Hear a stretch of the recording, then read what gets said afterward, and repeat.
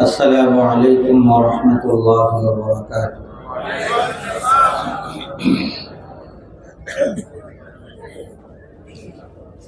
درود شريف پڑھیے اللهم صل على محمد وعلى آل محمد كما صليت على إبراهيم وعلى آل إبراهيم إنك حميد مجيد. اللهم بارك على محمد وعلى آل محمد كما باركت على إبراهيم وعلى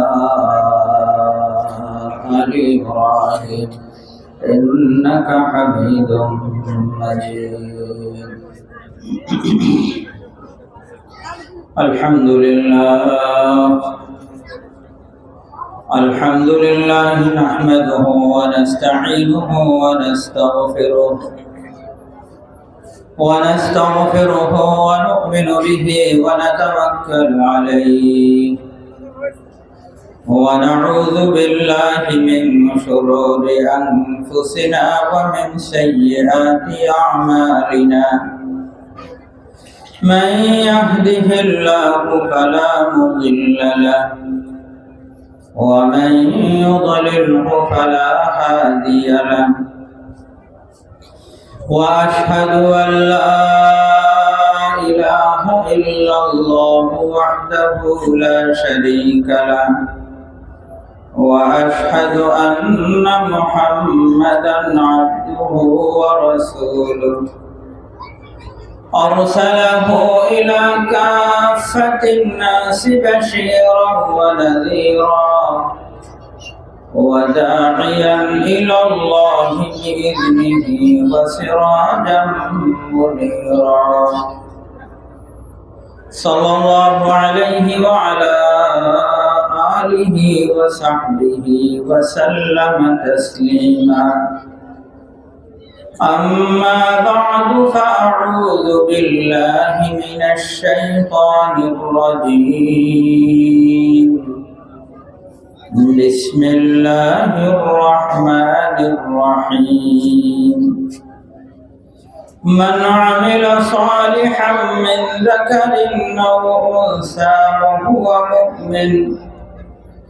وهو مؤمن فلنحيينه حياة طيبة ولنجزينهم أجرهم بأحسن ما كانوا يعملون. وقال النبي صلى الله عليه وسلم: الكيس من دان نفسه وعمل لما بعد الموت، والعاجز من أتبع نفسه هواها وتمنى على الله، أو كما قال عليه الصلاة والسلام: سبحانك لا علم لنا إلا ما علمتنا إنك أنت العليم الحكيم. صدق الله العظيم وصدق رسوله النبي الكريم، ونحن على ذلك من الشاهدين والشاكرين، والحمد لله رب العالمين.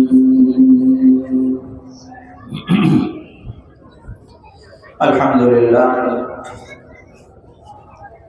আল্লাহ পাক রব্বুল আলামিনের বহুত বড় মেহেরবানি যে আল্লাহ তাআলা আমাদেরকে আজকের এই মাহফিল শ্যামবাজার ব্যবসায়ীদের উদ্যোগে 13তম ওয়াজ মাহফিল, এই মাহফিলে আমাদেরকে আসার বসার তৌফিক দান করলেন। এই জন্য সকলেই শুকরিয়া আদায় করে বলি আলহামদুলিল্লাহ। আল্লাহ তাআলা আমাদের এই বসাকে কবুল আর মঞ্জুর করেন, আমিন। কিছু কথা বলবো। আমরা সকলে আগ্রহের সাথে শুনব। কি বলেন? আমলের নিয়তে শুনব। কোরআনের কথা এবং হাদিসের কথা, প্রত্যেকটা কথার মধ্যে হেদায়েতের আলো আছে, হেদায়েতের নূর আছে। কিন্তু এই নূর পাবে ওই ব্যক্তি যে নূর নেওয়ার আগ্রহে বসবে। আল্লাহ তাআলা আমাদেরকে তৌফিক দান করেন, আমিন। এক হাদিস শরীফে আসছে, নবীজি সাল্লাল্লাহু আলাইহি ওয়াসাল্লাম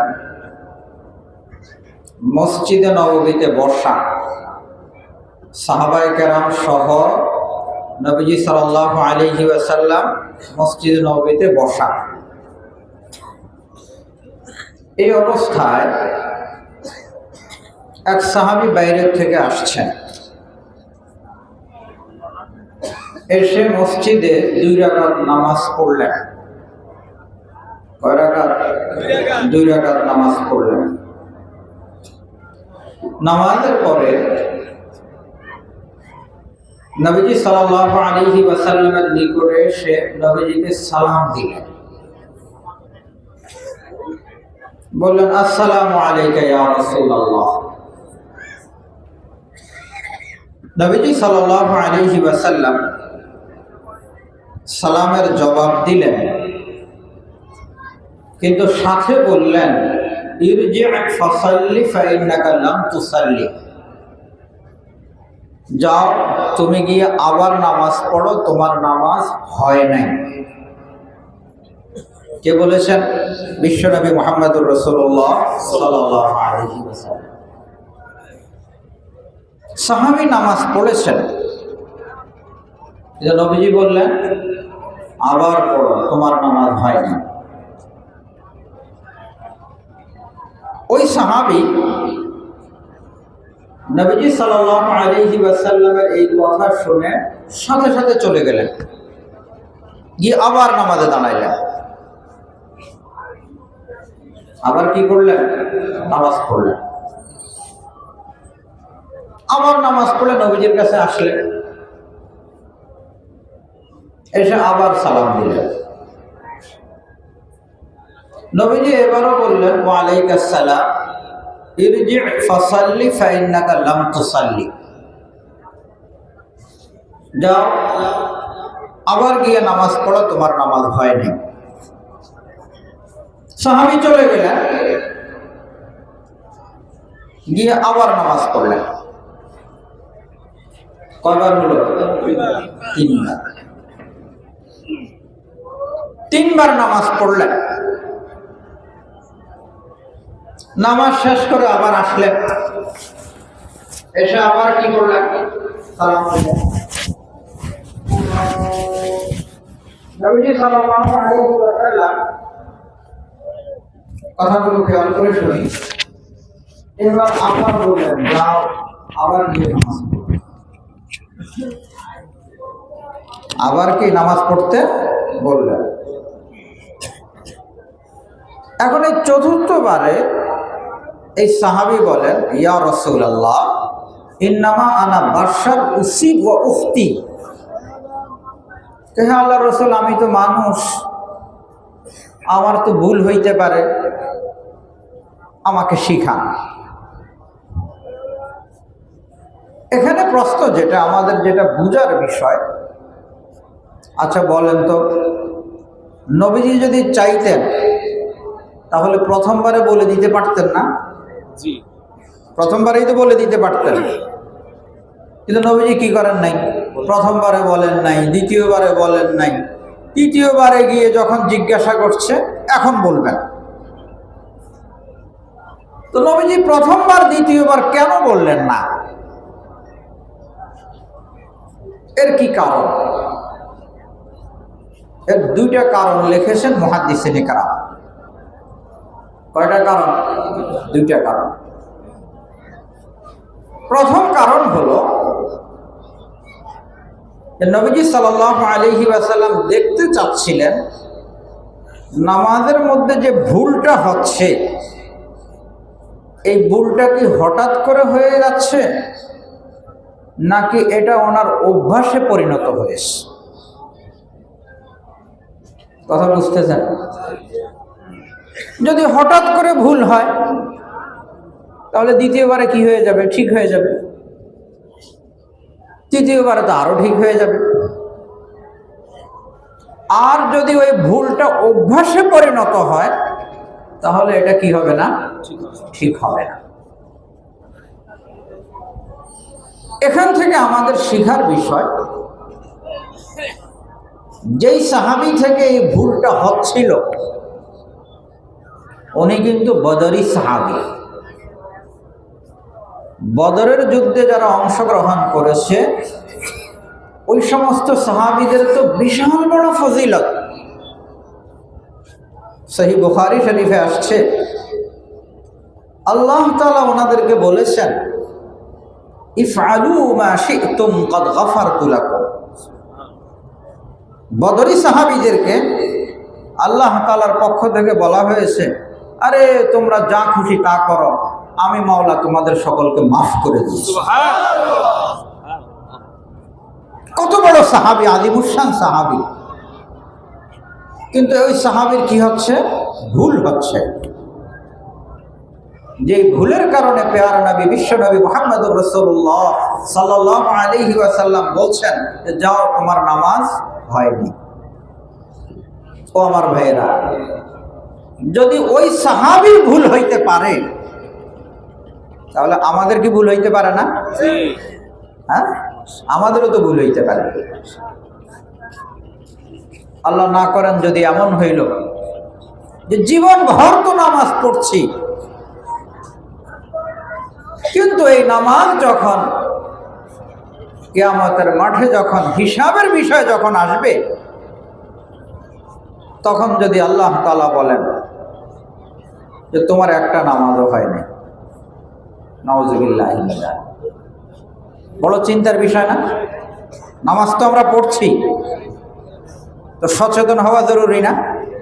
হ্যাঁ, সচেতন হওয়া তো জরুরি। এই সমস্ত মাহফিলগুলোর একটা বড় উদ্দেশ্য হলো যে আমাদের আমলের মধ্যে যে ত্রুটি বিচ্ছুতিগুলো আছে এগুলো যেন দূর হয়ে যায়। কি বলেন? এগুলো যেন দূর হয়ে যায়। আল্লাহ তাআলা আমাদেরকে তৌফিক দান করেন। এক হাদিস শরীফে আসছে, নবীজি সাল্লাল্লাহু আলাইহি সাল্লাম বলেন, তিলকা সালাতুল মুনাফিক। ওটা তো মুনাফিকের নামাজ। অপেক্ষা করতে থাকে, দেরি করতে থাকে, যখন সূর্যটা ডুবার উপক্রম হয়, আসরের নামাজ। আমাদের দেশে সবচেয়ে কঠিন নামাজ কোনটা বলেন তো? হ্যাঁ, ফজরের নামাজ কঠিন। সবচেয়ে কঠিন নামাজ ফজরের। আর সবচেয়ে বেশি ফজিলতওয়ালা নামাজ কোনটা? ফজর। সবচেয়ে বেশি ফজিলতওয়ালা নামাজ ফজর। নবীজি সাল্লাল্লাহু আলাইহি ওয়াসাল্লাম বলেন যে কোন ব্যক্তি যদি ফজরের নামাজ জামাতের সাথে পড়ে, কিভাবে? জামাতের সাথে। ওয়ামান সাল্লাল ফজর বিজামাআতিন ফাকান্নামা সাল্লাল লাইলা কুল্লাহু। যে কোনো ব্যক্তি যদি ফজরের নামাজ জামাতের সাথে পড়ে তাহলে সে কেমন যেন সারা রাত্র নফল ইবাদতে মগ্ন ছিল। কি পরিমাণ ফজিলত ফজরের নামাজে! এত বেশি পরিমাণ ফজিলত। ও আমার ভাইয়েরা, ফজর কি ছাড়া যাবে? হ্যাঁ, হাদিস শরীফে আসছে,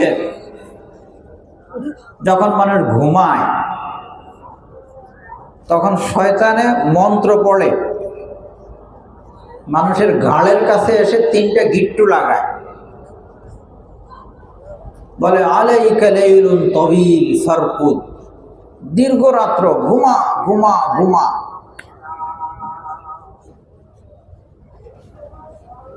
ইমানদাররা যখন ঘুম থেকে জাগ্রত হয়, আর ঘুম থেকে জাগ্রত হয়ে দোয়া পড়ে, আলহামদুলিল্লাহিল্লাযী আহয়ানা বা'দা মা আমাতানা ওয়া ইলাইহিন নুশুর।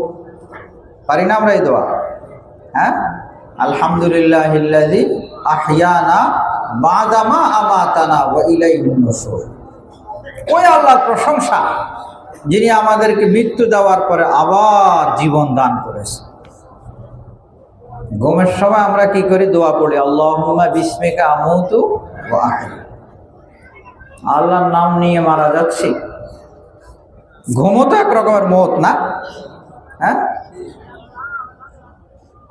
জাগলে তো আগামীকাল, আর না জাগলে পরকাল। ঘুমও তো মওত।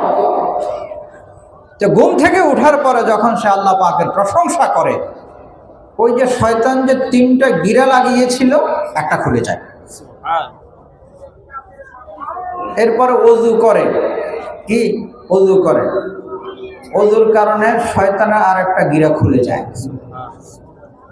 এরপরে যখন নামাজে দাঁড়ায়, সব শয়তানের অ্যাকশন শেষ। নবীজি সাল্লাল্লাহু আলাইহি সাল্লাম বলেন, ফাসবাহা নাশীতান। এখন তার দিলটা, তার মনটা বড় প্রফুল্ল থাকে। এই প্রফুল্লতার সহ সে সকাল শুরু করে। আল্লাহ তাআলা আমাদেরকে তৌফিক দান করেন। আর যদি জাগ্রত হয় নাই, ফজর শেষ, ফজর কোথায় চলে গেছে? ঘুমের মধ্যে চলে গেছে। এক সাহাবী বলেন, ইয়া রাসূলুল্লাহ, এক লোক আছে, ওই লোক ফজরের সময় উঠে না। নবীজি কি বলছেন জানেন? যাকা রাজুলুন বালা শাইতানু ফি উযুনিহি। এটা তো এমন লোক যে ওই লোকের কানের মধ্যে শয়তানে পেশাব করে দেয়। নাউযুবিল্লাহ। তো যখন শয়তানের পেশাব করে দেয়, সকালবেলা কি হালত হবে? ফাসবাহা খাবিসান নাফস কাসলান। আমরা বলি না খবিস, বলি না? নবীজি কিন্তু খবিস শব্দ ব্যবহার করেছেন। নবীজি বলেন, ফজর পড়ে নাই, সে খবিস অবস্থায় দিনটা শুরু করে। নাউযুবিল্লাহ। তার দিলের মধ্যে কোনো রুহানি শক্তি থাকে না, আত্মিক কোনো শক্তি নাই। হয়তো জিসমানি শারীরিক শক্তি আছে, রুহানি শক্তি নাই। যদি রুহানি শক্তি না থাকে, তাহলে দ্বীনি কাজের প্রতি কি আসে না? আগ্রহ আসে না। তো বলতেছিলাম, নবীজি বলেন, যেটা তো মুনাফিকের নামাজ, যে আসরের নামাজটা সময় মতো পড়ে না, দেরি করতে থাকে, দেরি করতে থাকে, দেরি করতে থাকে। যখন সূর্য ডুবতে থাকে, তখন সে তাড়াহুড়া করে নামাজ পড়ে। ফানাকারা আরবাআন লা ইয়াযকুরুল্লাহ ইল্লা কালিলা। আল্লাহ হাবিব সাল্লাল্লাহু আলাইহি সাল্লাম বলেন যে এই লোকটা যখন সূর্য ডুবার উপক্রম হয়, তখন সে 4টা ঠোকর মারে। বলেন তো নবীজি কি বলছেন? কয় ঠোকর মারে? 4টা ঠোকর। ঠোকর মারে কে? মুরগি ঠোকর মারে না? মুরগি যে ঠোকর মারে, এই ঠোকর কি বলেন? মুখটা জমিনের মধ্যে খুব দীর্ঘ সময় লাগায় রাখে, মারলো আর সাথে সাথে কি করে? উঠায়। তো নবীজি বলেন যে সেও এরকম করে 4টা ঠোকর মারে। আসরের নামাজের মধ্যে সেজদা কয়টা বলেন তো? হ্যাঁ, আসরের ফরজ নামাজ 4 রাকাত না? ঠোকর মারলেও তো কয়টা মারতে হবে? 8টা মারা লাগবে না? কিন্তু বিশ্বনবী মুহাম্মদুর রাসূলুল্লাহ সাল্লাল্লাহু আলাইহি সাল্লাম এখানে কি বললেন? কয়টা মারে? 4টা। 4টা কিভাবে? তার অর্থ 2 সেজদার মধ্যখানে সোজা হয়ে কি করে না? বসে না। না বসার কারণে কি হয়ে গেছে? 2 সেজদা 1 সেজদা হয়ে গেছে। 8 ঠোকর কি হয়ে গেছে? 4 ঠোকর হয়ে গেছে। আমাদের নামাজের মধ্যে এরকম ভুল আছে না বলেন তো? একটা বড় উদ্দেশ্য, আমাদের আমলের ত্রুটিগুলো যেন কি হয়ে যায়? সংশোধন হয়ে যায়। আল্লাহ তাআলা আমাদেরকে তৌফিক দান করেন। সাহাবী থেকে যদি ভুল হইতে পারে, এখানে বিষয়টা বুঝার, দেখেন আল্লাহ তাআলা কিছু কিছু বিষয় সাহাবায়ে কেরাম দ্বারা ঘটিয়েছেন, যাতে করে আমরা সতর্ক হয়ে যাই। কিসের জন্য? আমাদেরকে সতর্ক করার জন্য। অন্যথায় তো ওনারা কত উদ্দের মাকামওয়ালা মানুষ। তো আমরা যেন সজাগ হয়ে যাই, নামাজ পড়ছি, রোজা রাখছি, আমল করছি, কিন্তু আল্লাহ না করেন এমন কোনো ত্রুটি, যেই ত্রুটির কারণে আল্লাহ পাকের দরবারে সেই আমলটা কবুল হচ্ছে না। আমাদের যেন সজাগ দৃষ্টি থাকে। এ তো একটা কারণ।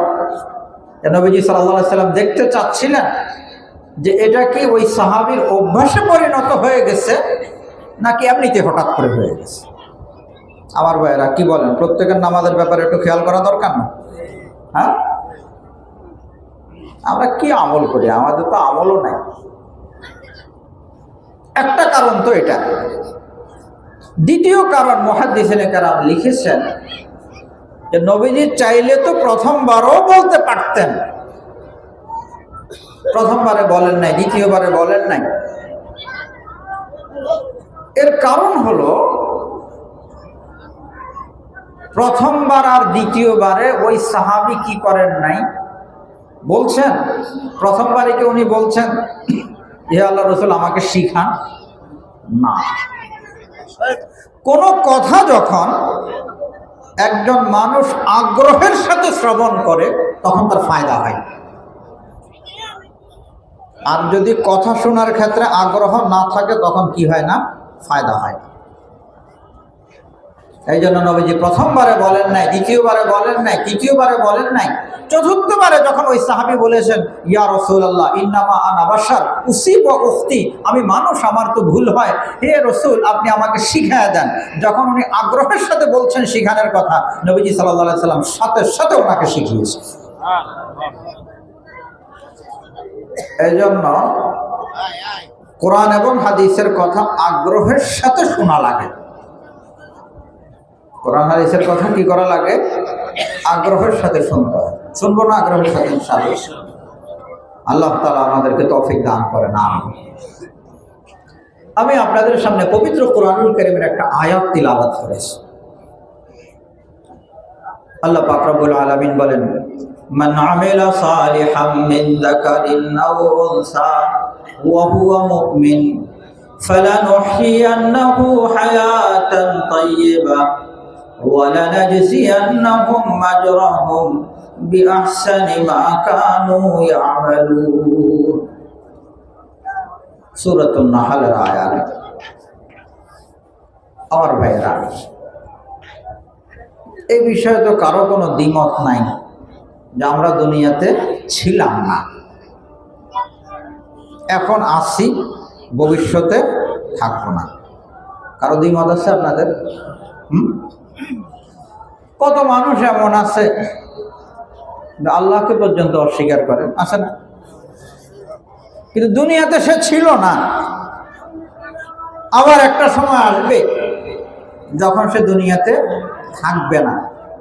এ ব্যাপারে কি কারো কোনো দ্বিমত আছে বলেন? না, ফাইনাল একদম। ছিলাম না, এখন আছি, ভবিষ্যতে থাকবো না। কোথায় যাব? ভবিষ্যতে কোথায় যাব? মাটির নিচের ঘরে যাব। কোথায় যাব? মাটির নিচের ঘর। তার অর্থ হলো আমাদের একটা ঘর তো দুনিয়াতে থাকার ঘর, আমাদের আরেকটা ঘর আছে, সেটা মাটির নিচে থাকার ঘর না। দুনিয়ার যে আমাদের থাকার ঘরটা, কথা খেয়াল করে শুনি, দুনিয়ার থাকার ঘর কারো ব্যক্তিগত নিজস্ব নাই। ভাড়া থাকা যায় না? কি বলেন? ভাড়া থাকে না মানুষ? এমনটাও তো হয়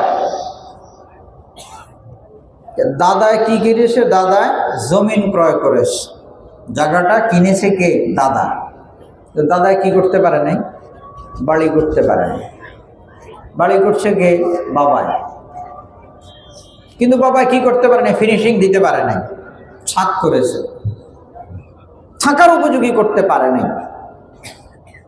পরে নাতি এসে সেটাকে কি করেছে? থাকার উপযোগী করেছে। তার মানে 3 প্রজন্ম মিলে থাকার ঘর প্রস্তুত করেছে। হয় না এরকম? কিন্তু মাটির নিচের ঘরটাকে 3 প্রজন্ম মিলে করা যাবে? হ্যাঁ, ওটা শুধু আমাকেই করতে হবে। আমার ঘরের নির্মাণ আমাকেই করতে হবে। আল্লাহ তাআলা আমাদেরকে তৌফিক দান করেন।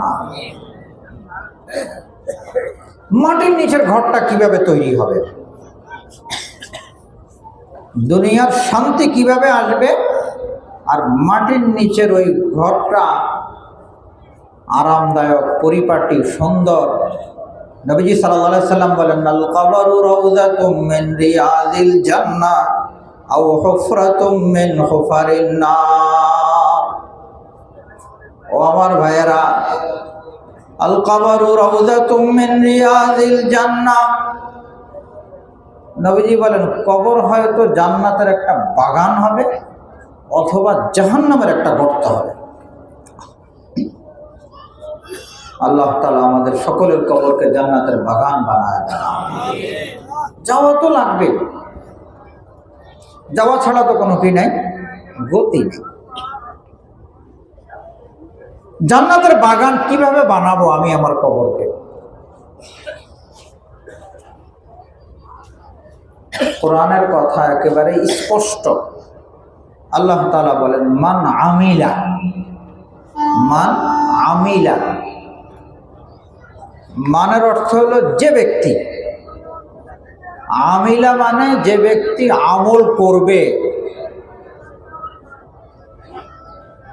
আমল বলি না আমরা, আমল, আমল তো কোরআনের পরিভাষা। আমল মানে কাজ, আমল মানে কাজ। এই আমলটা যদি নেকির হয় তখন আমরা কি বলি? নেক আমল।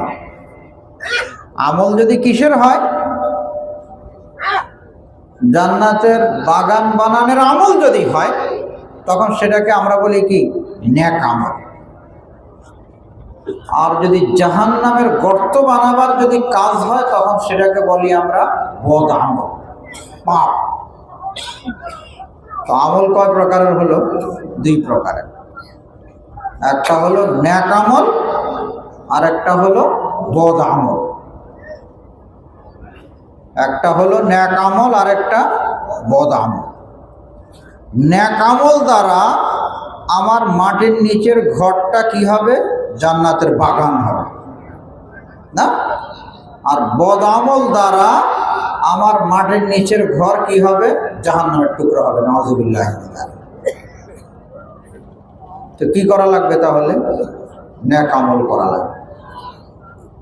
এই জন্য আল্লাহ তাআলা বলেন, মান আমিলা সালিহান, মান আমিলা সালিহান। নেক আমলকে আরবিতে বলা হয় আল আমালুস সালিহ, আল আমালুস সালিহ। বহু বচনে বলা হয় আল আমালুস সালিহা। আর বদ আমলকে বলা হয় আল আমালুস সাইয়্যি, আল আমালুস সাইয়্যিআহ, বদ আমল। কথা বুঝতেছেন? একটা হলো নেক আমল আর একটা হলো কি? বদ আমল। নেক আমল মানে নেক কাজ আর বদ আমল মানে বদ কাজ। তো আল্লাহ তাআলা বলেন, মান আমিলা সালিহান, যে কেউ নেক কাজ করবে, মিন যাকারিন আও উনসা, চাই সে পুরুষ হোক অথবা নারী হোক। পুরুষদেরও তো কি করা লাগবে? কবরে যাওয়া লাগবে। নারীদেরও তো যাওয়া লাগবে, সকলেরই তো যাওয়া লাগবে নাকি? তো এই জন্য আল্লাহ তাআলা বলেন, পুরুষ হোক নারী হোক, যে কি করবে? নেক আমল করবে। কি করবে? নেক আমল করবে। এই কথাটা আপনাদের বোঝা দরকার সকলে, যে নেক আমল করবে। আমলটা নেক কখন হবে? আমরা যে কাজ করি দুনিয়াতে 3 ধরনের কাজ করি আমরা। কয় ধরনের? 3 ধরনের কাজ। কিছু কাজ তো আমরা নেক আমল হিসাবেই করি। যেমন ধরেন এই যে নামাজ পড়ি, নামাজ নেক আমল না? হ্যাঁ, কোনো ব্যক্তি কি গুনাহ করার জন্য বা গুনাহের বোঝা বাড়ানোর জন্য কি কেউ নামাজ পড়ে? না। নামাজ তো আমরা নেক আমল হিসাবেই করি। আবার দুনিয়াতে কিছু কাজ এমন যেগুলো মানুষ সকলেই বুঝে যেটা বদ আমল। এটা কি বদ আমল? মিথ্যা কথা বলা, ঘুষ খাওয়া, সুদ খাওয়া, এগুলি কি কোনো ব্যক্তি নেক আমল মনে করে বলেন? হ্যাঁ, না, এগুলি সকলে বুঝে এটি পাপ। মাঝামাঝি কিছু কাজ আছে আমাদের, এগুলোকে আমরা নেক আমলও মনে করি না, বদ আমলও মনে করি না। কি বলেন? এই যে খানা খাই আমরা, খানা খাওয়াটাকে কি আমরা ইবাদত হিসাবে কি খানা খাই আমরা বলেন? পাপ হিসাবে খানা খাই না। তার অর্থ তিন ধরনের কাজ আমরা করি। কিছু কাজ করি আমরা নেক আমল হিসাবে, নেক আমল মনে করে, আর কিছু কাজ আমাদের থেকে হয় পাপ হিসাবে। মাঝামাঝি কিছু কাজ এমন আছে যেটাকে মানুষ নেক আমলও মনে করে না, বদ আমলও মনে করে। কয় রকমের হলো? তিন রকম। নেক আমল কখন হয়? নেক আমলের জন্য দুইটা শর্ত। কয়টা শর্ত? দুইটা শর্ত। প্রথম শর্ত হলো নেক আমলটা আল্লাহকে রাজি আর খুশি করার জন্য করা লাগবে। কথা বুঝতেছেন? আমলটা কি জন্য হইতে হবে? আল্লাহকে রাজি আর খুশি করার জন্য হওয়া লাগবে। কোনো ব্যক্তি করলো তো আমল, কিন্তু আল্লাহকে রাজি আর খুশি করার জন্য করে নাই, তাহলে আমাদের দৃষ্টিতে হয়তো সেটা নেক আমল হইতে পারে, কিন্তু আল্লাহ পাকের দৃষ্টিতে সেটা কি হবে না? নেক আমল হবে না। মসজিদ বানানো নেক আমল না? হ্যাঁ, কি বলেন? মসজিদ বানানো নেক আমল তো, দান সদকা করা নেক আমল। কিন্তু কেউ যদি মসজিদ বানায় আল্লাহকে রাজি আর খুশি করার জন্য না, বরং মানুষে যেন বলে যে হ্যাঁ বড় ভালো মানুষ, দানবীর মানুষ, খুব চমৎকার মসজিদ বানিয়েছে, তাহলে কি নেক আমল থাকবে? এটা বলেন। কথাটা খেয়াল করে শুনি। হাদিস শরীফে আসছে, সর্বপ্রথম যাদেরকে জাহান্নামে দেওয়া হবে, নাউযুবিল্লাহি মিন যালিক, সর্বপ্রথম যাদেরকে কিসে দেওয়া হবে? জাহান্নামে। এরা কারা? আল্লাহর হাবিব সাল্লাল্লাহু আলাইহি সাল্লাম, এরা তিন শ্রেণীর মানুষ। কয় শ্রেণীর? তিন শ্রেণীর মানুষ। এই তিন শ্রেণী হলো ওই সমস্ত লোক যারা সমাজে পরিচিত নেক আমল ওয়ালা।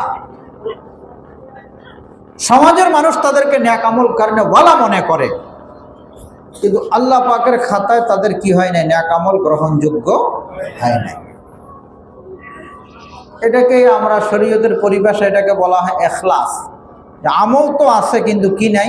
ইখলাস নেই। আমল আছে, ইখলাস নেই। এরা কারা? নবীজি সাল্লাল্লাহু আলাইহি ওয়াসাল্লাম বলেন যে প্রথমে ডাকা হবে যে ব্যক্তি আল্লাহর রাস্তায় জিহাদ করতে করতে নিজের জানের কোরবানি পেশ করেছে। যুদ্ধক্ষেত্রে, জিহাদের ময়দানে যুদ্ধ করতে করতে নিজের জান কোরবান করেছে, তাকে কি বলা হয়? শহীদ বলা হয় না? আল্লাহর রাস্তা জানেন, আমাদের তো সবচেয়ে দামি জিনিসই তো আমাদের জান, না? সে জানটা আল্লাহর রাস্তায় কোরবান করেছে। আল্লাহ তাআলা ডাকবেন, ও আমার বান্দা কি করেছে আমার জন্য? ওই ব্যক্তি বলবে, ইয়া আল্লাহ কাতালতু ফিকা, যে আপনার রাস্তা লড়াই করতে করতে আমি শাহাদাত বরণ করেছি। আল্লাহ পাক বলবেন, কাযাবতা, তুমি মিথ্যা কথা বলো, আমার জন্য করো নাই।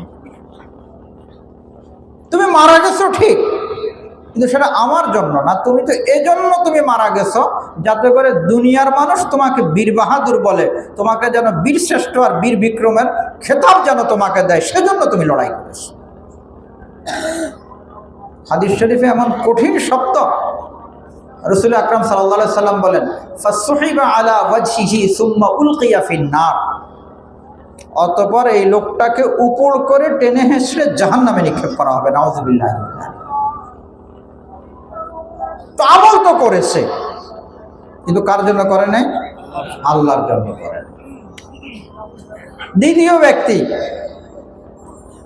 দান সৎকা করছে, খুব আল্লাহ তাআলা খুব টাকা পয়সা দিচ্ছে, আল্লাহ তাআলা ডাকবেন, তুমি কি করেছ?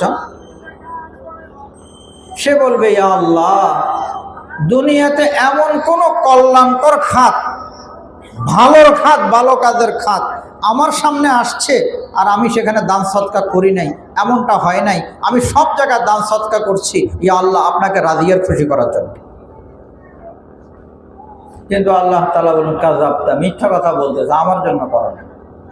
এটা এই জন্য করছো, মানুষ যেন তোমাকে কি বলে? দানবীর বলে। মানুষ যেন কি বলে? বড় দান সৎকা করে, বড় দানশীল মানুষ। অনেক মানুষ কিন্তু এরকম বলে। কত জায়গায় কত মানুষে খাওয়ায়, কত মসজিদে দেই, এরপরে মানুষ বলে না আমার কথা। মানুষ কি করে না? আমার কথা বলে না। তো তার মানে উনি দান সৎকা করছে কি মানুষে বলার জন্য?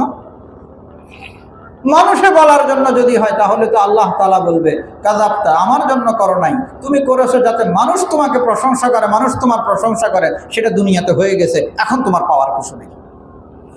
এই ব্যক্তির ব্যাপারও আসছে, ফাসুহিবা আলা ওয়াজহিহি সুম্মা উলকিয়া ফিন্নার, একেও উপর করে টেনে হেঁচড়ে জাহান্নামে নিক্ষেপ করা হবে, নাউযুবিল্লাহ। 3 নম্বর ব্যক্তি, কারি সাহেব, আলেম সাহেব, সুন্দর কেরাত পড়ছে, সুন্দর মাসলা মাসাইল বলছে, তাকেও আল্লাহ তাআলা ডাকবেন, কি জন্য করেছো? সে বলবে, আল্লাহ আপনাকে রাজি আর খুশি করার জন্য। আল্লাহ বলবে যে, না, আমার জন্য না। করেছো তুমি, সুন্দর তেলাওয়াত করছো, আমার জন্য করো নাই, তুমি তো করেছো এই জন্য যাতে করে শ্রোতারা তোমাকে যেন বাহবা দেয়। এই জন্য। কিসের জন্য? শ্রোতাদের বাহবা। আল্লাহ তাআলা আমাদের সকলকে হেফাজত করে না। এই লোকটাকেও টেনে হেঁচড়ে জাহান্নামে নিক্ষেপ করা হবে, নাউযুবিল্লাহ। এই জন্য আমার ভাইয়েরা, নেক আমল হওয়ার জন্য একেবারে প্রথম বিষয়, আমার আমলটা হওয়া লাগবে একমাত্র কেবলমাত্র আল্লাহকে রাজি আর খুশি করার জন্য। পারবো না ইনশাআল্লাহ? নামাজ পড়বো কি জন্য? মানুষকে রাজি আর খুশি করার জন্য, আল্লাহর জন্য। দান সদকা করবো কি জন্য? আল্লাহর। যদি আল্লাহর জন্য করতে পারি, হইতে পারে সামান্য, কিন্তু এর স্বভাব বিশাল। নিকট অতীতের এক বহুত বড় বুজুর্গ মানুষ ছিলেন হযরত মুহাম্মদুল্লাহ হাফিজ হুজুর রাহমাতুল্লাহি আলাইহি। উনি যখন টাকা পয়সা কালেকশন করতেন মাদ্রাসার জন্য, মসজিদের জন্য, টুপিটা খুলে বলতেন, কে দিবেন, কে দিবেন, 1 টাকা 2 টাকা কে দিবেন? কি চায় হুজুরে? 1 টাকা 2 টাকা চায়। সবাই বলে, হযরত এটা কি? মানুষে বলে 2 লাখ কে দিবেন, 1 কোটি কে দিবেন, আপনি বলেন যে 1 টাকা 2 টাকা কে দিবে, এটা কি? বুজুর্গদের কথা। হযরত বললেন যে, দেখো, 1 টাকা আর 2 টাকা যদি কেউ দেয় তাহলে তার মধ্যে কি এটা থাকবে আমি দিচ্ছি যাতে মানুষ আমাকে ভালো বলে? এটা থাকবে তার মধ্যে? এটা শুধু গোপনে দিবে, আমি 1 টাকা দিচ্ছি আমার। এই তার 1 টাকা 2 টাকার মধ্যে ইখলাস থাকবে। কি থাকবে? ইখলাস থাকবে। 1 টাকা 2 টাকা তো ব্যবহার হইতে পারবে না, আল্লাহ তাআলা ওই ইখলাসওয়ালা 1 টাকা 2 টাকাকে ব্যবহার করার জন্য লক্ষ লক্ষ টাকা এটার সহযোগী হিসাবে আমার কাছে পাঠায় দিবে। এই জন্য বড় বিষয় কি? ইখলাস। নেক আমলের জন্য প্রথম বিষয় ইখলাস, যে আমলটা শুধুমাত্র কেবলমাত্র কার জন্য করব? আল্লাহর জন্য করব। 1 টাকা দিব, 2 টাকা দিব, আর 1 লক্ষ আর 2 লক্ষ, 1 কোটি আর 2 কোটি কার জন্য? আল্লাহর জন্য। মানুষের প্রশংসার জন্য না। আল্লাহ তাআলা আমাদের সকলকে বুঝ দান করেন। দ্বিতীয় বিষয়, নেক আমল হবার জন্য আমলটা রাসূল আকরাম সাল্লাল্লাহু আলাইহি সাল্লামের তরিকা অনুযায়ী হওয়া লাগবে। কি বলেন? কার তরিকা? বিশ্বনবী মুহাম্মদুর রাসূলুল্লাহ সাল্লাল্লাহু আলাইহি ওয়াসাল্লামের বাতলানো পদ্ধতিতে হওয়া লাগবে। কেউ যদি আমল করলো কিন্তু রাসূলের তরিকা নেই, কি বলেন, সেটা আমল হবে? হবে না। শয়তান তো খুব পারদর্শী না? কি বলেন?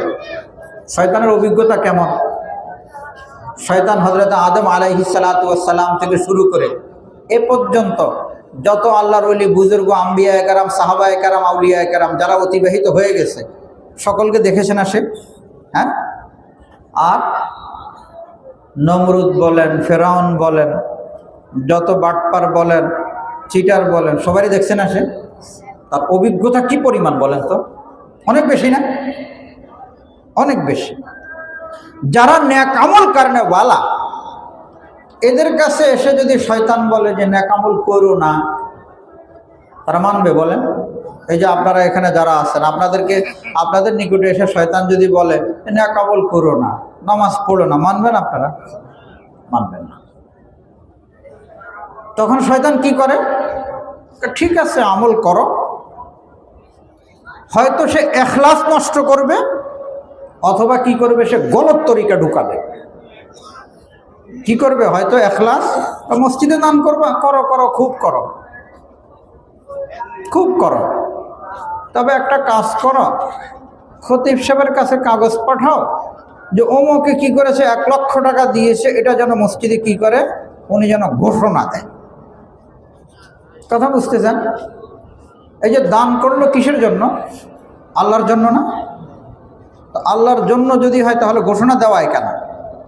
খতিব সাহেব যদি নিজের থেকে যদি বলে দেয় তাহলে সেটা ভিন্ন বিষয়, কিন্তু খতিব সাহেবের কাছে কাগজ পাঠাচ্ছে, উনি যেন ঘোষণা দেয় অমুকে এত টাকা দিয়েছে, না মারহাবা অমুকে এত টাকা দিয়েছে। তো ঘোষণা দেওয়ানোর চেষ্টাটা কেন করছে বলেন? সে না আল্লাহর জন্য আমল করতেছে। যে ব্যক্তি মুখলেস হয় সে ইয়াকতুমু হাসানাতিহি কামা ইয়াকতুমু সাইয়্যাতিহি, সে নিজের নেক আমলকে গোপন করে, মানুষ যেমনি ভাবে বদামলকে গোপন করে। তো করলো তো আমল, কিন্তু এখানে কি ঢুকা দিল? রিয়া আর লৌকিকতা। রিয়া লৌকিকতা ঢুকা আমলটাকে কি করলো? সে নষ্ট করে দিল। আমরা এরকম করবো বলেন? না। যতটুক করি, যে পরিমাণ করি, একমাত্র আল্লাহর জন্য করি, অন্য কিছুই থাকবে না আমাদের ইনশাআল্লাহ। দ্বিতীয় বিষয় তো রাসূল আকরাম সাল্লাল্লাহু আলাইহি সাল্লামের তরিকা থাকা। আল্লাহর হাবিব সাল্লাল্লাহু আলাইহি সাল্লামের তরিকা নাই। শরীয়তের পরিভাষায় যেই আমলটাকে মানুষ নেক আমল মনে করে কিন্তু রাসূলের তরিকা নাই, সেই আমলটাকে শরীয়তের পরিভাষায় বেদআত বলা হয়। কি বলা হয়? বেদআত। মানুষে নেক আমল মনে করে কিন্তু এটার সাথে কি না, রাসূলের তরিকা নাই। হাদিস শরীফে আসছে, মান নাহদাসা ফি আমরিনা হাযা মা লাইসা মিনহু ফাহুয়া রাদ্দুন। এমন কাজ যেটা শরীয়তে নাই, করুক, যত নেকির কাজ মনে করেই করুক না কেন, আল্লাহর হাবিব সাল্লাল্লাহু আলাইহি সাল্লাম বলেন সেটা আল্লাহ পাকের দরবারে তার কোনো ভ্যালু নাই, কোনো গ্রহণযোগ্যতা নাই, সেটা তো প্রত্যাখ্যাত হবে। তো মনে থাকবে নেক আমলের জন্য কয় জিনিস লাগবে? 2 জিনিস। 1 নম্বরে কি লাগবে? আমলটা আল্লাহর জন্য করতে হবে। দ্বিতীয় হলো রাসূল আকরাম সাল্লাল্লাহু আলাইহি সাল্লামের সুন্নত তরিকা লাগবে। এর বাইরে যত কিছু হোক, যত আকর্ষণ আর যত কিছুই হোক না কেন, আমরা তো সেখানে যেতে পারবো না। আমরা সেখানে কি করতে পারবো না? যেতে পারবো না। এই তো নেক আমল। দ্বিতীয় বিষয় দেখেন, ওই যে বললাম বদ আমল, যেগুলো পাপ, না যেগুলো কি পাপ। পাপ তো আমরা বুঝি, মিথ্যা কথা বলা, এটা কি নেকির কাজ না পাপের কাজ? হ্যাঁ, পাপের কাজ। ঘুষ খাওয়া, সুদ খাওয়া, এগুলি কি? নামাজ ছাড়া, বেহায়াপনা, জিনা ব্যভিচার, গলত জায়গায় চোখ, এগুলি গুনাহ না? গুনাহের কাজ না এগুলি সব? হ্যাঁ, গুনাহের কাজও তো আমাদের দ্বারা হয় না? হাদিস শরীফে আসছে, ইযা সাররাতকা হাসানাতুকা ওয়া সাআতকা সাইয়্যাতুকা ফাআনতা মুমিন। যদি তোমার হালত এমন হয় যে তুমি নেকির কাজ করছো, তোমার কাছে খুব ভালো লাগতেছে, নেকির কাজ করতে পারলাম, কোনো পাপের কাজ হয়ে গেছে, একটা মিথ্যা কথা বলে ফেলছি, খারাপ লাগছে, মিথ্যা কথা বলে ফেললাম, আল্লাহর হাবিব সাল্লাল্লাহু আলাইহি সাল্লাম বলেন তাহলে বোঝা যাবে যে তোমার ভিতরে ঈমান আছে। তুমি ভালো কাজ করলে তোমার কাছে ভালো লাগে, মন্দ করলে তোমার কাছে খারাপ লাগে, তাহলে বোঝা গেল তোমার মধ্যে কি আছে? ঈমান আছে। আর যদি এমন হয় খারাপ কাজ করতেছে কিন্তু কোনো অনুভূতি নেই, কি লাগে না, তার কাছে খারাপ লাগে না, তাহলে রসুলের ভাষ্য অনুযায়ী তার ভিতরে কি ঈমান আছে বলে? আর যদি এমন হয় খারাপ কাজ করতে নিজের কাছে তো খারাপ লাগেই না, অন্য কেউ যদি বলে যে ভাই এই কাজটা খারাপ, এটা ঠিক না, এটাও শুনতে তার কাছে ভালো লাগে না, এটাও শুনতে তার কাছে কি লাগে না? ভালো লাগে। বলে কেন এগুলো? বলে কেন? তাহলে ঈমান কি পরিমাণ ডাউনে গেছে বলেন? যেখানে খারাপটা নিজের কাছে খারাপ লাগার কথা সেটা তো লাগছে না, আরেকজন খারাপ বলছে, সে খারাপ বলে কেন সেটাও সে সহ্য করতে পারতেছে না, তাহলে কি পরিমাণ দালালত আর গোমরাহিতে চলে গেছে। এই ধরনের পাপের কাজ আছে না আমাদের সমাজে বলেন? হ্যাঁ আছে তো পাপের কাজ। পাপের কাজ মানুষ কেন করে বলেন তো? 4 কারণে পাপের কাজ করে মানুষ। পাপ করে কয় কারণে? 4 কারণে। নম্বর 1, প্রত্যেক মানুষের মধ্যে নফস আছে, মনোচাহিদা, মন চায়। রব্বুল আলামিন পবিত্র কোরআনুল কারীমে বলেন ইন্নান নাফসা লামারাতুম বিসু, নফসে মানুষকে খারাপ কাজের নির্দেশ দেয়। দেখেন মানুষ যখন দুনিয়াতে আসে তখন তার মধ্যে খারাপের প্রতি যেরকম তার আকর্ষণ আছে, ভালোর প্রতিও আকর্ষণ আছে। আল্লাহ তাআলা দোনোটা দেন, ভালোর দিকে যাওয়ারও কি দেন? আকর্ষণ দেন, খারাপের দিকে যাওয়ার আকর্ষণও তার দিলের মধ্যে থাকে, দোনোটা থাকে তার মধ্যে। কিছু মানুষ তো এমন ওই ভালো কাজগুলো করতে করতে এদিকে অনেক অগ্রসর হয়ে গেছে, এখন আর সে খারাপের দিকে যায় না, খারাপের আকর্ষণ অনুভব করে না, তেমন একটা অনুভব করে।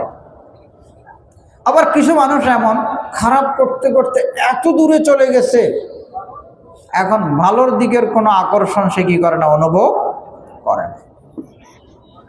প্রত্যেকের ভিতরে আছে না নফস? হ্যাঁ, এর নফসের তাড়নায় কোন দিকে যায়? খারাপের দিকে যায়। মন চায় যে জোর জুলুম করে হঠাৎ করে অনেক টাকা পয়সার মালিক হয়ে যায়, অন্যায়ভাবে অনেক টাকা পয়সার মালিক হয়ে যায়। মন চায় না এরকম? চায় তো? কি বলেন, মন চায় তো? এটা কিসের কারণে? নফসের কারণে। দ্বিতীয় হলো শয়তান আছে না, শয়তান, শয়তানও কিন্তু পরামর্শ দেয়, এই কাজটা করবা না, এই কাজটা করবা না। শয়তানে পাপের কাজকে সুন্দর করে আমাদের সামনে পেশ করে, পাপের কাজকে সুন্দর করে আমাদের সামনে কি করে? শয়তানে পেশ করে। তো শয়তানের ধোকাটাকে আমাদের বোঝা লাগবে না বলেন? হ্যাঁ, এই যে সামনে আসতেছে যে সাকরাইন আসতেছে না, সাকরাইন, হ্যাঁ, সাকরাইনের ব্যাপারে শয়তানে কি বলে জানেন? শয়তানে পরামর্শ দেয়, ও যুবক ভাইয়েরা এটা করবা না তোমরা, এটা তো বাঙালি সংস্কৃতি, এটা কি বাঙালি সংস্কৃতি, তুমি না বাঙালি, তুমি যদি এটা না করো তাহলে তো হয় না। শয়তানের মধ্যে কি দেয়? আকর্ষণ দেয়। কি দেয়? আকর্ষণ দেয়। আকর্ষণ দিয়ে সেটাকে কি বানায়? যুবক ভাইদের সামনে সেটাকে আকর্ষণীয় করে দেয়, করবা না, এটা করা দরকার। কখনো বলে যে তোমরা না ঢাকাইয়া মানুষ, এটা তো ঢাকাইয়া উৎসব, এটা যদি না করো কিভাবে হবে? বলে না, এই ধরনের পরামর্শ দেয় না? হ্যাঁ, তো এক তো কিসের কারণে করে? নফসের কারণে করে। দ্বিতীয় কিসের কারণে? শয়তানের কারণে। 3 নম্বর, মানুষ যে পাপ করে পরিবেশের কারণে করে। কিসের কারণে করে? পরিবেশের কারণে। এই যে সাকরাইনের যে উৎসবটা, এটাতে কি কি হয় বলেন তো? ঘুড়ি উড়ায় না? রং বেরঙ্গের ঘুড়ি উড়ায়। কোত্থেকে বের হয়েছে এটা? রং বেরঙ্গের ঘুড়ি উড়িয়ে যারা সূর্য দেবতার পূজা করে তাদেরকে বিভিন্ন কালার, তারা এই যে বিভিন্ন কালারের ঘুড়ি উড়িয়ে ওই সূর্যকে খুশি করার চেষ্টা করে, মূল সেখান থেকে আসছে। আর কি হয়? ফানুস না, ফানুস উড়ানো, আর মুখের মধ্যে কেরোসিন ঢুকিয়ে কি করে? আগুন জ্বালায় না? কি হচ্ছে? মুখ থেকে কি বের হচ্ছে? আগুন বের হচ্ছে না? মুখ থেকে আগুন বের হবে কার? ইমানদারের? হ্যাঁ, ইমানদারের তো বের হবে না। ইমানদারের তো কত সুন্দর করে মানুষ কি করে কবরস্থ করে। হিন্দু হলে না অমুসলিম হলে না কি করে, পোড়ায় না? তখন না শরীর থেকে আগুন বের হবে। নাউযুবিল্লাহ। আল্লাহ তাআলা আমাদের সকল ইমানদার ভাইদেরকে হেফাজত করে না। এই যে গান বাদ্য একটার পর একটা হচ্ছে না, এগুলি গুনাহের কাজ। হ্যাঁ, যে কথাটা বলতেছিলাম, ওই যে পরিবেশের কারণে করে। এই যে উৎসবটা, এটা কি নতুন ঢাকায় হয় বলেন? হ্যাঁ, নতুন ঢাকা হয় না। কেন হয় না?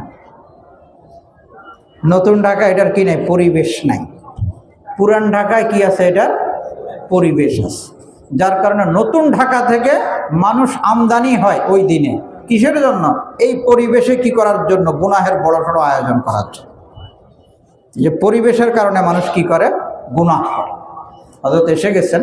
4 নম্বর কারণ হলো অভ্যাসের কারণে করে। গত বছর করছে, এর আগের বছর করছে, এখন শয়তানে বলে যে এই বছর করবা না। না করলে মানুষে কি বলবে? যে কি ব্যাপার, ওরা এই বছর করছে না কেন? এদের কি টাকা পয়সা কি নাই নাকি? এরা কি গরিব হয়ে গেল নাকি? এ ধরনের পরামর্শ এই বছর আমাদের করা লাগবে, এই বছর একটু বেশি করে করা লাগবে। নাউযুবিল্লাহ। এই 4 কারণে মানুষ কি করে? পাপের কাজ করে। অতএব কেউ যদি চায় যে আমি পাপের কাজ করব না, তাহলে তার মোকাবেলা কয়জনের সাথে? 4 জনের সাথে। নফসের সাথে মোকাবেলা করা লাগবে। না, নফস তুমি যা বলবা আমি তা শুনবো না, আমি তো আমার মাওলা যা বলবে আমি সেটা শুনবো। শয়তান তুমি যা বলবা আমি কিন্তু সেটা শুনবো না। গুনাহের পরিবেশে আমি যাব না। কোনো ব্যক্তি যদি গুনাহের পরিবেশে যায়, তাহলে সে কি গুনাহ ছাড়তে পারবে? বলে পারবে না। তো পরিবেশের সাথে মোকাবেলা করতে হবে, আমি গুনাহের পরিবেশে যাব না। এই যে নেকির পরিবেশ, কত চমৎকার পরিবেশে আসছেন। হযরত আসছেন, বহুত বড় আলেম, আমাদের দেশের জন্য গর্বের বিষয়। আল্লাহ পাক রব্বুল আলামিন হযরতের হায়াতে খুব খুব বরকত দান করেন, আমিন। এই যে নেকির পরিবেশে আসছেন। আর হলো যদি গুনাহের কোনো বদ অভ্যাস থাকে, সেটা কি করা? ছাড়া। পারবো না ইনশাআল্লাহ। এই 4 জিনিসের মোকাবেলা করে কি করা লাগে? পাপ ছাড়া লাগে। আর আল্লাহকে রাজি আর খুশি করা, আর সুন্নত তরিকায় কি করা লাগে? নেক আমল করা লাগে। আরেকটা কথা বলে আমি শেষ করে দিচ্ছি। কি বলেছিলাম যে কয় ধরনের কাজ করে মানুষ? 3 ধরনের। একটা তো নেক আমল, আর আরেকটা বদ আমল, পাপের কাজ। আর কিছু কাজ এমন আছে এটাকে মানুষ নেক আমল হিসাবও করে না, পাপের কাজ হিসাবও করে না। যেমন ধরুন আমরা খানা খাই না, ঘুমাই, এগুলির কেউ নেক কাজ হিসাবও করে না, পাপের কাজ হিসাবও করে না। এখানে যে বিষয়টা বোঝার, কোনো ব্যক্তি যদি নিয়তটা সহি, তরিকাটা রসুলের সাল্লাল্লাহু আলাইহি ওয়াসাল্লাম, নিয়ত সহি, তরিকা কার? রসুল আকরাম সাল্লাল্লাহু আলাইহি ওয়াসাল্লাম। তখন এই যে আমাদের কিন্তু বেশিরভাগ কাজই কিন্তু এমন, সেটাকে আমরা ইবাদত হিসাবেও করি না, পাপের হিসাবেও করি না। এই ধরনের কাজই আমরা হাঁটতেছি, যে কথা বলতেছি একজনের সাথে, যদি নিয়ত সহি, তরিকা সহি, তখন এই সব কাজগুলো আল্লাহ পাকের খাতায় নেক আমল হয়ে যায়। কথা বুঝতেছেন? তখন সেটা কি হয়ে যায়? নেক আমল হয়ে যায়। এই যে ব্যবসা করি, হাকিমুল উম্মাত হযরত থানভী রাহমাতুল্লাহ আলাইহি বলেন, কথাটা খেয়াল করে শুনি, আমি শেষ করে দিচ্ছি। কোনো ব্যক্তি ধরেন আয় রোজগারের প্রয়োজন নাই, আছে অঢেল, তো উনি ফরজ নামাজ পড়ছেন, সুন্নত পড়ছেন, এখন মসজিদে বসে জিকির আজকার করতেছেন, আল্লাহ আল্লাহ এভাবে জিকির করতেছেন, সব হচ্ছে না? আর আরেক লোক, তার ওইভাবে ব্যবস্থা নাই, তো না থাকার কারণে সে ফরজ পড়ছে, সুন্নত পড়ছে, এখন ব্যবসা করার জন্য এসে গেছে। কখনো ব্যান নিয়ে, যখন যেভাবে সে মাছ মাছ বলে ডাকছে, সবজি বলে ডাকছে, সে ব্যবসা করতেছে। কেন করছে? ব্যবসা না করলে তার নিজের খোরপোশ, নিজের জিম্মাদারি, বিবির জিম্মাদারি, সন্তানের জিম্মাদারি, এগুলি পালন করা লাগবে না? এগুলো তো আল্লাহ তাআলা এই সমস্ত জিম্মাদারি আমাদের কাঁধে দিয়েছে, এই জিম্মাদারি পুরা করার জন্য। আর ব্যবসাটা করছে কিভাবে? রাসূল আকরাম সাল্লাল্লাহু আলাইহি সাল্লামের তরিকা অনুযায়ী। কার তরিকা অনুযায়ী? রসুলের তরিকা অনুযায়ী। মিথ্যা কথা নাই, আমানতদারি আছে, সত্যবাদিতা আছে, তাকওয়া আছে। যদি রসুলের তরিকা অনুযায়ী যদি করে, তাহলে ওই যেই লোকটা মসজিদে বসে আল্লাহ আল্লাহ করছে, ওই লোকের থেকেও যে লোকটা ব্যবসা করছে সে ব্যবসার মাধ্যমে বেশি সওয়াব পাবে। এর কারণ হলো যে আল্লাহ আল্লাহ করছে, সে নফল করছে, আর এই লোকটা কি আদায় করছে? ওয়াজিব আদায় করছে। কি আদায় করছে? ওয়াজিব আদায় করছে। কিন্তু কি লাগবে? নিয়ত সহি, তরিকা সহি। নিয়ত সহি, তরিকা সহি। নিয়ত সহি, তরিকা সহি যদি হয়, তাহলে স্বাভাবিক কাজগুলোও আমাদের কি হয়ে যায়? নেক আমল হয়ে যায়। আর যদি নিয়ত সহি না, তরিকা সহি না, তাহলে এগুলি কোথায় চলে যায়? বদ আমলে চলে যায়। আল্লাহ পাক রব্বুল আলামিন বলেন, মান আমিলা সালিহাম মিন যাকারিন আও উনসা, পুরুষ হোক আর নারী হোক, যে নেক আমল করবে, ওয়া হুয়া মুমিন, সেই ইমানদার। রব্বুল আলামিন বলেন, ফালা নুহইয়ান্নাহু হায়াতান তাইয়্যিবা, রব্বুল আলামিন বলেন যে অবশ্যই অবশ্যই আমি ওই ব্যক্তিকে শান্তিময় জিন্দেগি দান করব। করবো তো নেক আমল ইনশাআল্লাহ। রব্বুল আলামিন বলেন, ওয়ালা নাজজিয়ান্নাহুম আজরাহুম বিআহসানি মা কানু ইয়ামালুন, দুনিয়াতে তো তার শান্তিময় জীবন আছেই নেক আমলের কারণে, আখিরাতে আছে না? ওই যে বলতেছিলাম, আমাদের আর একটা ঘর কিন্তু আছে, কোথায়? মাটির নিচে, রাউযাতুম মিন রিয়াজিল জান্নাহ। এখানে নেক আমল করবে, আর ইনশাআল্লাহ ইনশাআল্লাহ যখন সে কবরে যাবে সেখানেও সে পাবে। আল্লাহ তাআলা বলেন, সেখানেও আমি তাকে উত্তম প্রতিদান দান করব।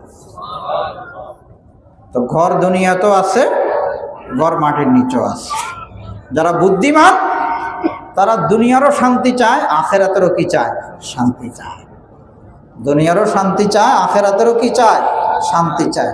রাসূল আকরাম সাল্লাল্লাহু আলাইহি সাল্লাম ওই কথাই বলেছেন, আল কাইয়িসু মান দারা নাফসাহু ওয়া আমিলা লিমা বা'দাল মাউত, যে বুদ্ধিমান ওই ব্যক্তি যে নিজেকে শরীয়তের রঙে রঙিন করে, শরীয়তের রং দ্বারা নিজেকে সাজায়, আর ওয়া আমিলা লিমা বা'দাল মাউত, মৃত্যু পরবর্তী জীবন, কবরের জীবনের জন্য নেক আমল করে। ওয়াল আজিজ মান আতবা নাফসাহু হাওয়াহা, আর বোকা হলো ওই ব্যক্তি যে নিজের মন চাহিদা অনুযায়ী চলে, নিজের যেমন মন চায় তেমন চলে, আর কি বলে? আল্লাহ মাফ করবে, আল্লাহ মাফ করবে। আরে ভাই, একজন মানুষ যখন চেষ্টা করবে নেক আমলের উপরে থাকার, এরপরে ভুল ত্রুটি হয়ে যাবে, তখন না সে আল্লাহ পাকের কাছে যখন বলবে, আল্লাহ আমি আমার চেষ্টা করেছি, আপনি মাফ করে দেন, তখন আল্লাহ তাআলা মাফ করে দিবে। কিন্তু আমলের চেষ্টাই করলাম না আর বসে থাকলাম, রাসূল আকরাম সাল্লাল্লাহু আলাইহি সাল্লাম বলেন, সে তো বোকা। অতএব আমাদের কি করা লাগবে? নেক আমল করা লাগবে। নেক আমল করলে আল্লাহ তাআলা দুনিয়াতেও শান্তি দিবেন, আখিরাতেও কি দিবেন? শান্তি দিবেন। আর পাপের কাছ থেকে কি করা লাগবে? আমাদের দূরে থাকা লাগবে। আল্লাহ তাআলা আমাদের সকলকে কথাগুলোর উপর আমলের তৌফিক দান করেন। আমিন। ওয়া আখিরু দাওয়ানা আলহামদুলিল্লাহি রাব্বিল আলামিন।